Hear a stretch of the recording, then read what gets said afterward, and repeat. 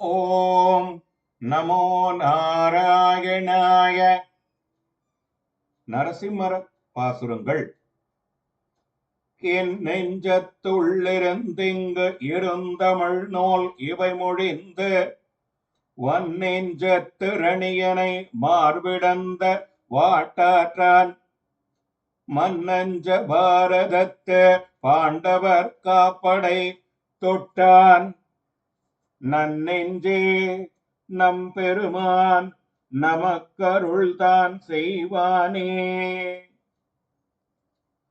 நல்ல மனமே, திருவாட்டாற்றில் எழுந்தருளியுள்ள எம்பெருமான் கொடிய உள்ளம் கொண்ட ரணியனை மார்பை பிளந்து கொன்றான்.